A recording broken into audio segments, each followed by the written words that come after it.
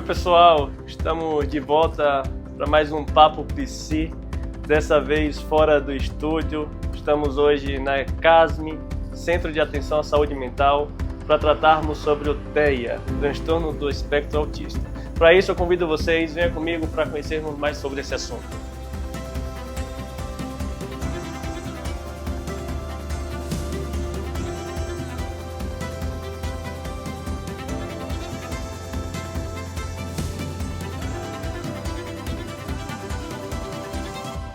O transtorno espectro autista é um transtorno no neurodesenvolvimento neurológico e é caracterizado por dificuldades nas áreas de interação social, comunicação ou pela presença de comportamentos e interesses restritos ou repetitivos.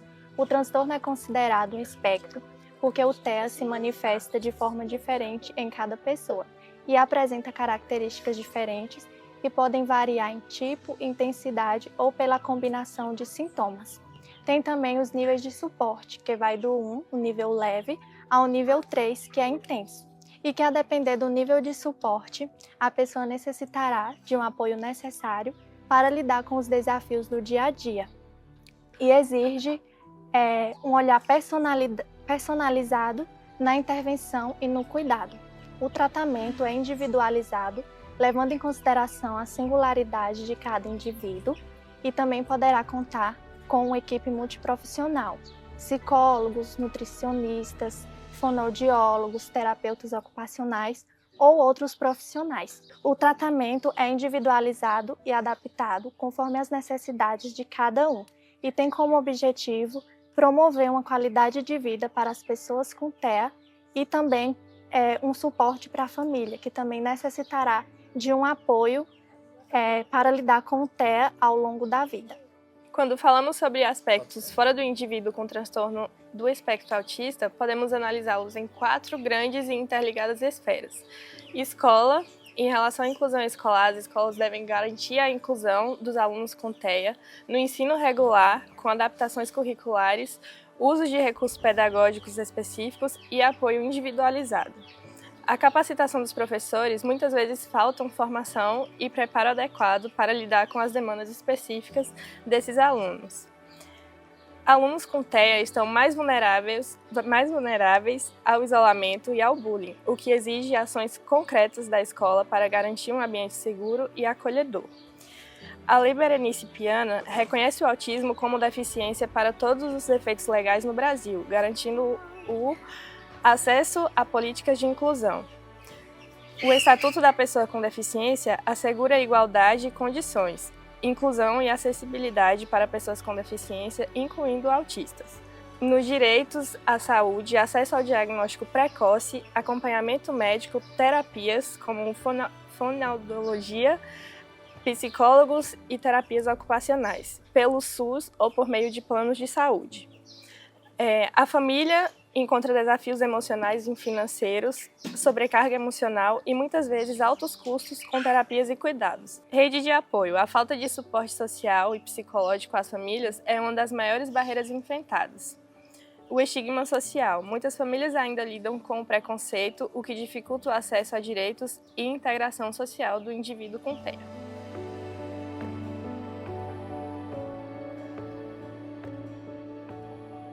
Então, pessoal, para dar continuidade ao Papo Psi, eu me chamo Lívia e hoje eu estou aqui com a doutora Ediane Nascimento para a gente dar continuidade, sobre o TEA, o transtorno do espectro autista. Então, Ediane, para começar, eu queria que você explicasse um pouco para o pessoal o que é neuromodulação. Então, a neuromodulação é uma técnica, uma ferramenta que nós temos no tratamento do TEA. Especificamente no TEA que a gente vai falar, mas ela também trata outros transtornos, A gente trabalha com a neuromodulação realizando um exame de mapeamento cerebral, onde a gente mapeia o cérebro do paciente, vê como que é o perfil desse cérebro e a partir desse mapeamento a gente monta protocolos para o tratamento do paciente. A partir do mapeamento a gente vai observar o que precisa inibir desse cérebro e o que precisa ser realçado. E é esse exame de mapeamento que vai estar dando para a gente esse suporte de montagem do protocolo em neuromodulação, que é uma técnica que modela o cérebro da pessoa. E assim, qual a sua formação, né, dentro dessa área da neuromodulação, né? Eu sei assim que ela exige muita formação, né, atualização constante. Exatamente. Para realizar a neuromodulação, é uma técnica da saúde e da educação. Não necessariamente precisa ser psicólogo, né? Profissionais da educação, da saúde, também podem estar realizando as técnicas de neuromodulação. Basta ter a formação em neuroterapia, estar sempre atualizando, porque tem muitas técnicas e todos os dias protocolos novos, né, para a gente aí, para estar tratando esse paciente de maneira mais eficaz. Muito estudo, né? Muito estudo. E assim, trazendo um pouco, né, assim, mais sobre o TEA, qual a sua perspectiva sobre o uso da neuromodulação como intervenção complementar para o transtorno do espectro autista? Minha perspectiva, ela de 0 a 100, eu coloco uma expectativa muito alta, porque nós temos casos aqui que tivemos respostas significativas no transtorno do espectro autista. E quais são os mecanismos, né, mecanismos pelos quais a neuromodulação poderia impactar as características centrais do TEA, como a questão da comunicação, da interação social, dos comportamentos repetitivos? Então, o nosso cérebro, ele tem várias funções. Dentro desse cérebro, nós temos os córtex, os lobos, né? Temos o frontal, parietal, temporal, central, occipital. Dentro do TEA, a gente identifica a demanda que o paciente apresenta. Por exemplo, um TEA não verbal. A gente vai trabalhar a área temporal, né?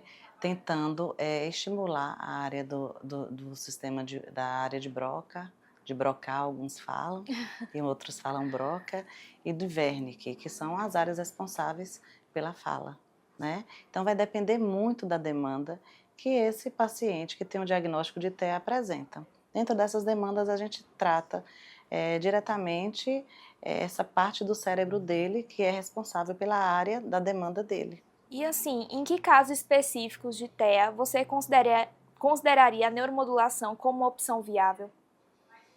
Autorregulação emocional, porque tem muitos que apresentam desregulação emocional e a gente trata essa regulação emocional. Sono, a gente trata também. A gente trabalha algumas áreas do cérebro para melhorar esses distúrbios do sono, que é uma demanda que eles apresentam também. Aprendizagem, alguns apresentam também uma dificuldade de aprendizagem, alguns, não são todos, ou um transtorno de aprendizagem. Dentro do TEA tem algumas comorbidades, dentre elas o TDAH, que é a impulsividade, né, a hiperatividade, e a gente trata essa região do cérebro que é responsável também por isso. Então, as perspectivas no autismo, dentro do que o paciente apresenta, nós conseguimos tratar com a neuromodulação. E assim, a gente já conhece, né, a aba como tratamento aí no TEA, né, o complemento, e como a neuromodulação ela se integraria a essa outra abordagem, né, e as outras também que Perfeita pergunta. Quando a gente trabalha com a equipe, a gente alinha os nossos objetivos junto com essa família, né? Então, a nossa responsável por desenvolver intervenções em aba, que é a nossa psicóloga Márcia, aqui dentro da clínica, a gente alinha os objetivos desse paciente, onde ele faz a técnica aba com ela e a neuromodulação comigo. Normalmente, a gente neuromodula essa parte do cérebro desse paciente antes dele ir para as intervenções aba. Para quê? Para a gente já dar um estímulo nesse cérebro e as respostas são significativas. E você tocou, né, num ponto importante que é o da família. Como que você aborda, né, as preocupações e dúvidas da família, dos pais, dos cuidadores dessas crianças, né, adolescentes? Deixando claro que tipo de intervenção a gente vai estar utilizando com essas crianças. O objetivo da família que vem buscar o nosso serviço é o nosso objetivo também, que o nosso objetivo é resultado, né? Então, família angustiada, a gente também se angustia. Então, a família engajada, a família entendendo o que está acontecendo no acompanhamento do filho, é resultado. E assim, trazendo também, né, essa questão da família junto com a ética, quais são as considerações éticas que vocês levam, né, em relação ao uso da neuromodulação em indivíduos com TEA, especialmente, né, em crianças e adolescentes? Então, As considerações éticas, elas têm que ser utilizadas em qualquer abordagem, né? Então, a neuromodulação não seria diferente, né? É sigiloso, temos o sigilo, temos a questão de tratar esse paciente dentro do que é aceito no código de ética, que é o que nos rege, né? O que nos rege é da nossa profissão, é psicologia. E a gente utiliza isso também, a neuromodulação. Né? Tem que dar os parabéns, gente, porque estamos com um profissional ética, né? Nem todo profissional é assim. Quais são os sinais que indicariam que a neuromodulação não está sendo eficaz ou que precisa ser ajustada? A não resposta. A gente tem um tempo que a gente acredita de que determinada quantidade de ativação desse cérebro, né, tem que nos dar um resultado. Não deu, a partir daí, esse protocolo ele é revisto, ele é revisado, ele é modificado. E assim, é possível falar em melhora, né, quando a gente utiliza a neuromodulação como tratamento para o TEA? Sim, com certeza. É possível falar em melhora dentro do que a gente já atende, dentro das respostas que a gente já tem aqui dentro e dos resultados que já temos.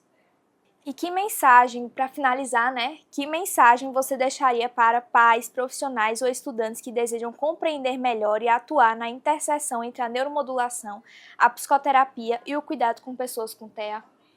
Primeira coisa, empatia, compaixão, olhar o outro como ser humano. Porque não adianta você ter somente técnica e não ter um olhar empático. Olhar para essa família com amor. Lutar junto, caminhar lado a lado, em busca desse resultado, dessa melhora. Empatia, técnica, acolhimento é igual a resultado. E estudo, muito estudo. Ediane, eu queria te agradecer muito, né, por você ter nos recebido aqui hoje na clínica, né, abriu as portas da CASME, que é uma verdadeira casa. Muito obrigada mesmo, você é um profissional brilhante, né, eu ainda não tinha te conhecido e hoje, né, um prazer te conhecer, uma honra, adorei te conhecer mesmo. Eu que agradeço, as portas da CASME estão abertas para vocês como estudante, quiserem aprender, quiserem nos ensinar. Nós estamos aqui, né, porque nós também aprendemos muito com vocês. Sempre esteve aberta e sempre vai estar aberta. Sejam todos bem-vindos. Maravilha. E obrigada. Obrigada.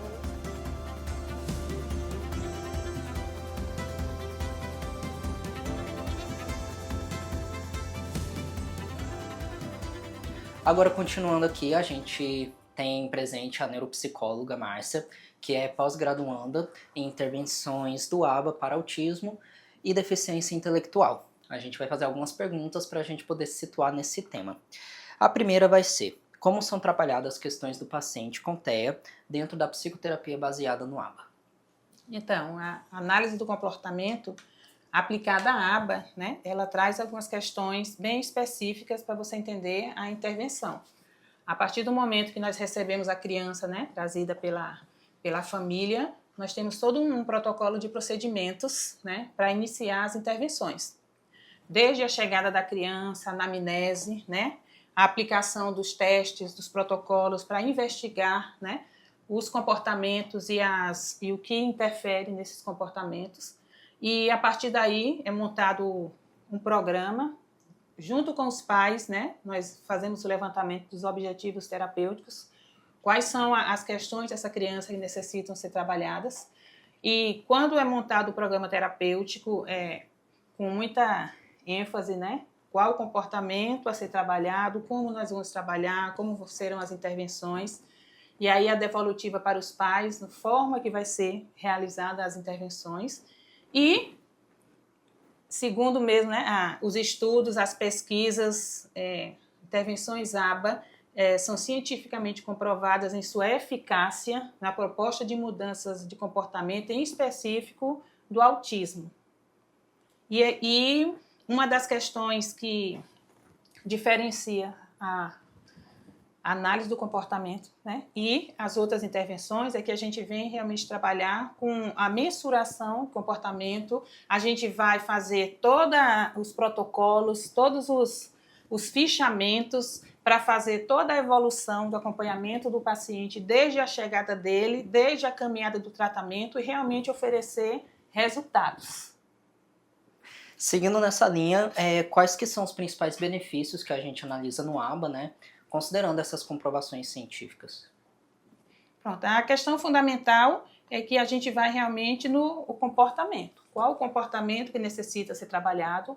A criança apresenta crises e a gente vai fazer toda uma investigação sobre esse comportamento, quais os antecedentes, o comportamento, a consequência.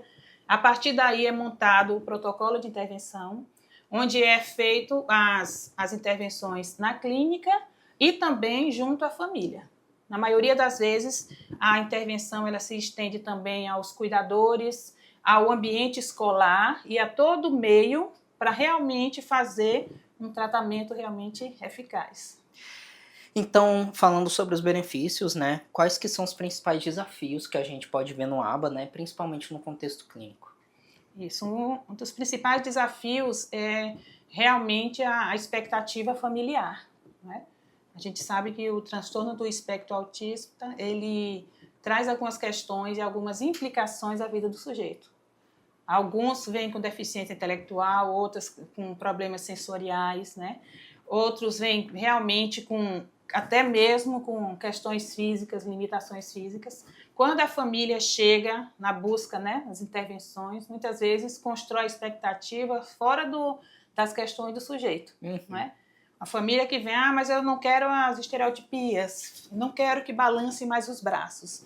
O nosso trabalho é fundamentado dentro da questão do sujeito. Esse comportamento, ele tem algum benefício, algum malefício à vida do sujeito? Ele está se autoflagelando, está se machucando, está prejudicando alguém? Então, as expectativas familiares são as questões hoje que nós temos a trabalhar. Porque se for uma estereotipia de autoflagelo, de se machucar ou bater a cabeça na parede, aí sim, necessita de intervenções para a gente trabalhar a mudança de comportamento e essa criança possa, né, se modular e se expressar de outra forma. Mas nem sempre, né, as expectativas elas condizem com a realidade. Então, dentro de todo o aparato, toda a investigação sobre a vida do sujeito, uma das questões que a gente precisa levar em consideração é que comportamento necessita ser trabalhado e qual a necessidade, se realmente está trazendo prejuízo para a vida desse sujeito. Então, pensando nessa ideia de que os principais desafios, né, é nesse contexto familiar, como que o contexto familiar participa no processo terapêutico do indivíduo com TEA? Na verdade, o contexto familiar já é a própria realidade, né? O ambiente em que o sujeito vive. É onde se constitui, onde se apresenta todos os comportamentos. Dentro da intervenção, quando nós montamos todo o protocolo, os objetivos, os programas a serem trabalhados, a família ela entra por quê? Porque é lá que nós vamos comprovar a eficácia. Não adianta eu ter uma conquista terapêutica no ambiente fechado, mas quando essa criança chega em casa, na escola, né, na sociedade, ela não apresenta o mesmo comportamento. Então, nós chamamos a necessidade da generalização. Além de se trabalhar a mudança de comportamento, que além de, no contexto clínico, essa criança ter o seu comportamento modificado, mas também que ela apresente nos outros ambientes. Que se eu trabalhei as questões de crises da criança em consultório e fez todos os programas baseados nos objetivos, eu preciso que ela também apresente o mesmo comportamento em casa, no colégio, na pracinha, no futebol. Então, a família, sim, a família faz parte e até porque, muitas vezes, a família ela vem com esse viés de trazer também, reforçar comportamentos inadequados. Às vezes a criança apresenta o comportamento e, a depender de como a família se comportar, acaba reforçando para ela continuar com esse comportamento. Então, o tratamento terapêutico em si, ele não se baseia somente ao sujeito, mas ao sujeito, à família e ao meio em que ele vive. Continuando nessa ideia, né, sobre desafios, existem algumas outras limitações ou cuidados éticos específicos no contexto do ABA? Primeiro, a gente sabe que não existe um diagnóstico fechado em si. Cada sujeito ele apresenta com aspectos diferentes. Mas dentro desse contexto, uma das questões éticas mais importantes, né, é a gente pensar quais são os aspectos, né, comportamentais que trazem prejuízo para a vida desse sujeito e até que ponto nós podemos colaborar, né? Nós temos crianças mesmo que apresentam alguns comportamentos e que, às vezes, vêm para a intervenção por uma necessidade social do que do próprio sujeito. E isso é muito sério, aquela necessidade de se fechar comportamentos dentro da normalidade, né? E todos na mesma caixinha.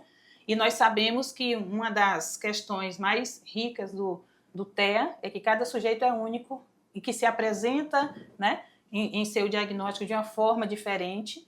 E quando esse olhar normatizador vem para o sujeito TEA, ele vem assim, eu vou dizer até perverso para a vida do sujeito, né? Quando vem enquadrar ele ao comportamento social, sendo que a gente sabe que é um modo de se comportar, que nós podemos trabalhar alguns comportamentos, né, que podem ser prejudiciais, mas que vai continuar sendo TEA na adolescência, na vida adulta, e que vai ter o seu modo específico de ver e vivenciar o mundo. E enquanto sociedade a gente não tiver esse olhar, ainda vamos sofrer o que as mães e as crianças TEA sofrem hoje, né? Que é o estigma de necessitar estar dentro do parâmetro social. Então, para a gente já ir para a conclusão, né, com todo esse contexto, o que motivou, né, o seu trabalho na infância com o TEA, e também uma mensagem para o público que você acha que é importante que eles tenham nesse contexto do TEA e do ABA. Sim. Na verdade, sou pós-graduanda, né, intervenção ABA, para o autismo, e o que realmente me motivou foram questões mesmo íntimas, né? Mesmo eu sendo da área, tive um diagnóstico tardio de minha filha, né? Em um momento assim muito sério, a gente necessitou chegar ao extremo, né? De ideação suicida, com um diagnóstico de depressão, medicada, né? E já com problemas escolares, e a gente não sabia o que estava acontecendo, né? Até um especialista lançar o olhar e trazer para a gente, ó, tem algo aí atrás, tá? Hoje a gente sabe que tem um índice muito alto de suicídio na adolescência, pelo não diagnóstico na infância, e vim se alongando toda uma caminhada de sofrimento, por o quê? Por eu ser esse sujeito que não me enquadro socialmente, que eu penso diferente, ou que eu nego certo alimento, ou que a etiqueta da roupa não me vem bem, dizem que eu sou chato, né? Ou que eu não aceito determinadas texturas de alimento e eu sou estigmatizado por isso, fora do contexto. Então, assim, vem de uma forma muito séria o que aconteceu com minha filha, para realmente, né? Hoje eu também abrir meus olhos, me aprofundar também em estudo e conhecer. A gente fala em diagnóstico, o diagnóstico é importante, o diagnóstico é um ponto de partida, né? Quando minha filha recebeu o diagnóstico, foi o contrário do que as pessoas pensam. Ela abriu a mente. Ela disse, não é por isso que eu penso assim e que eu sou assim. Até então ela se achava fora de contexto. E hoje está linda, maravilhosa, não utiliza mais as 4 medicações que necessitava utilizar, não é? Totalmente dedicada aos estudos, e tudo isso foi pela uma falta do que hoje nós precisamos buscar seriamente, conhecimento. E aí a gente está até conversando, né? Mas está explodindo uma onda aí de autismo? Não está explodindo a onda de autismo. Sempre houve autismo. Até então era esquizofrenia infantil, né? Até então era deficiência intelectual. Até então era um menino estranho, né? E hoje esse déficit realmente é da ciência, né? A ciência não tinha o aparato para fazer, catalogar. Esse sujeito aqui, ele tem um modo de funcionamento, mas que não é doença, não é defeito, é um modo de funcionar e que ele pode viver tranquilamente desde que trabalhe todos os comportamentos aqui que necessitam ser, né, trabalhados. Então, assim, teve esse déficit da ciência, hoje existe, né? Hoje existe catalogado, olha, se essa criança ela tem esse comportamento, ó, ela tem essa questão alimentar, não aceita certas texturas alimentares, se a etiqueta da roupa incomoda ela, ou o tecido da roupa, ela pode ser uma questão sensorial, né? O modo dela de estar no mundo, né? Até a questão mesmo mobilidade, né? São pessoas que têm uma montagem esquelética mais flexível, então se derramam na cadeira, né? até as próprias manuseio das mãos, é tudo mais afrouxado. Pode se apresentar de formas diversas, mas hoje nós temos sim, temos todo o aparato. Hoje as pessoas TEA sim podem se reconhecer, mas ainda com todo o estigma social que necessita ser enfrentado. Então é isso, muito obrigado pela participação. A gente gostou muito da sua presença. Vimos o quanto é importante falar abertamente sobre o TEA. A informação faz diferença. Ela esclarece, acolhe e derruba os preconceitos. E também não podemos esquecer da importância das clínicas e de profissionais de saúde mental que estão todos os dias ali oferecendo cuidado, orientação e suporte. Que continuemos espalhando conhecimento, empatia e abrindo para conversas mais humanas. Obrigada por nos assistir até aqui. Tchau!